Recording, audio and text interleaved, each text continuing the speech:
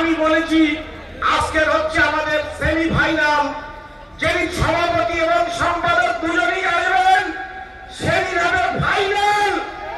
যদি আজকে শহীদ মিনারে বক্তব্য করতে দেওয়া হয়নি, পিছিয়ে কাল বিকাল বেলা আমাদের অনুমতি দিয়ে বলা হচ্ছে লিখিতভাবে যে শহীদ মিনার নয়, রানী রাসমণিতে সভা করতে হবে।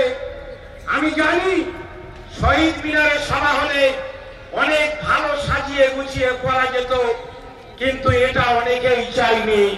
কিন্তু আপনাদের মেহনত, আপনাদের কুরবানি আছে বলে দড়িয়া ক্রসিং পর্যন্ত, ধর্মতলা মোড় পর্যন্ত আমাদের মানুষ সবাই দাঁড়িয়ে আজকের এই সভায় বক্তব্য শুনছেন। আমাদের আন্দোলনকে হারাতে পারেনি, অশুভ শক্তির হাজারো ষড়যন্ত্র আমাদের হারাতে পারেনি। কিন্তু জেনে রাখবেন, এরপরে যেদিন সভা হবে সেদিন কিন্তু ব্রিগেডের সভা হবে, আর সেটি হবে ফাইনাল। তৈরি আছেন? ফাইনাল খেলার জন্য তৈরি আছেন?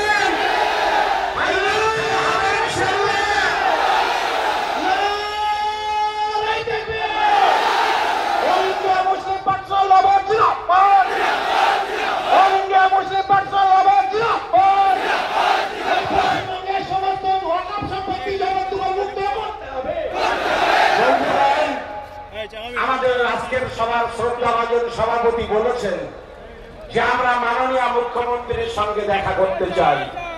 আমি একাধিকবার যেমন ইমেলে পাঠিয়েছি, না পেলে বাই পোস্ট, স্পিড পোস্ট করেও মাননীয় মুখ্যমন্ত্রীকে চিঠি দেওয়া হয়েছে।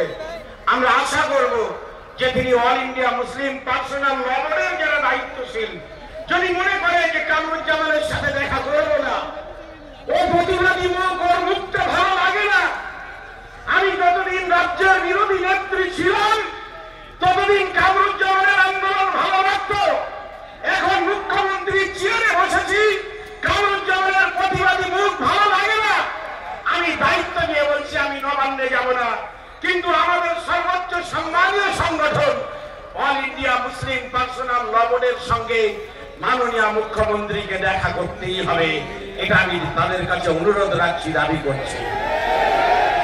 ফুরফুরা শরীফের পীর সাহেবরা আছেন আমাদের কাছে অত্যন্ত সম্মানীয় আর শ্রদ্ধার, তাদের সঙ্গেও মাননীয় মুখ্যমন্ত্রীকে সময় দিতে হবে। আমাদের অনেক সমস্যা আছে।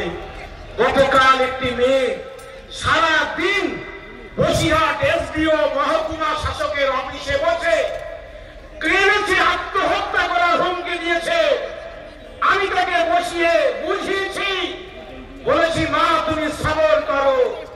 কেন না, সে ডাক্তারি পড়ার জন্য ভর্তি হতে চায়, ওবিসি কোটায় মেডিকেল পড়ার সে সুযোগ পেয়েছে।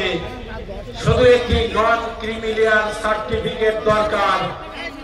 এসডিওর কাছ থেকে, বসিরহাট মহকুমা শাসকের কাছ থেকে, বারাসাত ডিএম অফিস বলে দিয়েছে, খোদ ডিএম বলে দিয়েছে যে মেয়েটিকে সার্টিফিকেট দেওয়া হোক। তারপরেও মেয়েটিকে সার্টিফিকেট দেয়নি বসিরহাট এসডিও। তাই মেয়েটির এত মেহনত বৃথা হয়ে গিয়েছে, সে কিন্তু মেডিকেলে ডাক্তারি পড়ার সুযোগ পায়নি। আমাদের ক্ষোভ আছে, যন্ত্রণা আছে। ওবিসি থেকে আমাদের ছেলে মেয়েরা তারা বঞ্চিত হচ্ছে।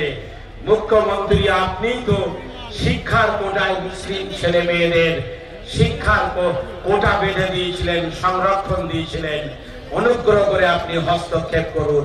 আমার বিশ্বাস মুখ্যমন্ত্রী যদি চান যে ওবিসি এই সমস্যার সমাধান করবেন, 24 ঘন্টা সময়ের মধ্যে মুখ্যমন্ত্রী এই সমস্যার সমাধান করে দিতে পারেন। ভোট শুধু আমার হিন্দু ভাইরা দেন না, ভোট কিন্তু মুসলমান ভাইরাও দেন। এবং মুসলমান সম্প্রদায়ের মধ্যে তৃণমূল যা ভোট পেয়েছে তার 70 থেকে 80% ভোট মুসলিম ভোট পেয়েছে। বলুন পাইলে তাহলে ভোট আমরা দেব, আর নোট অন্যেরা নেবে, চাকরি অন্যেরা নেবে। এভাবে আমাদেরকে বঞ্চিত করবেন না। অনেক সম্মানীয় সুধীজনেরা আছেন, তারা বক্তব্য রাখবেন। কিন্তু এ কথা বলি, নরেন্দ্র মোদীরা ঘুমন্ত বাপকে কিন্তু খোঁচাচ্ছেন। মুফতি আব্দুল কাইয়ুম সাহেব বলেছেন, যদি যান তাহলে কিন্তু কৃষক বন্ধুদের যেমন ভাবে রোখা যায়নি, যদি ওয়াকফ সংশোধনী বিল আপনারা পাস করতে চান, নরেন্দ্র মোদী নয় অমিত শাহ বলেছেন মহারাষ্ট্রে দাঁড়িয়ে যে ওয়াকফ बिल हम लोग पास कराएंगे, तुम जितना विरोध करना है करो।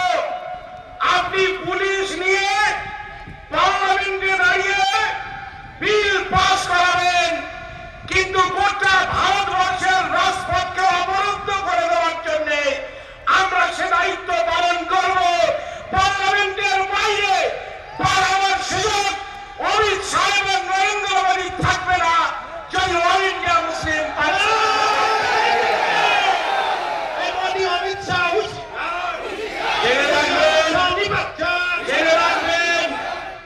শেখ হাসিনাও ভেবেছিলেন পুলিশের গুলি শেষ কথা বলবে, কিন্তু শেখ হাসিনা বুঝেছে পুলিশের গুলি শেষ কথা বলেনি, জনগণ শেষ কথা বলেছে।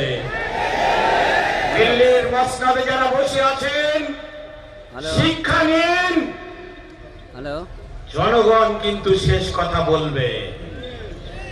আমি আপনাদেরকে সম্মানীয় বক্তাদের বসিয়ে রেখে বক্তব্য দেব না, আপনাদের সামনে এখন বক্তব্য রাখবেন আমাদের পীরজাদা ফুরফুরা শরীফ থেকে এসেছেন। তারপরে আমাদের পীর সাহেব বক্তব্য রাখবেন ইমরান উদ্দিন সিদ্দিকী সাহেব। তার আগে আমাদের ভাইজান পীরজাদা সরবান সিদ্দিকী সাহেব, তিনি আপনাদের সামনে খুব সংক্ষেপে বক্তব্য রাখছেন।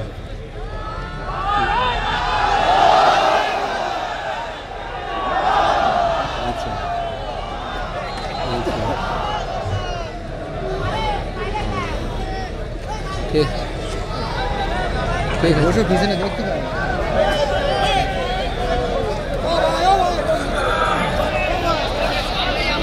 আসসালামু আলাইকুম ওয়া রাহমাতুল্লাহি ওয়া বারাকাতুহু।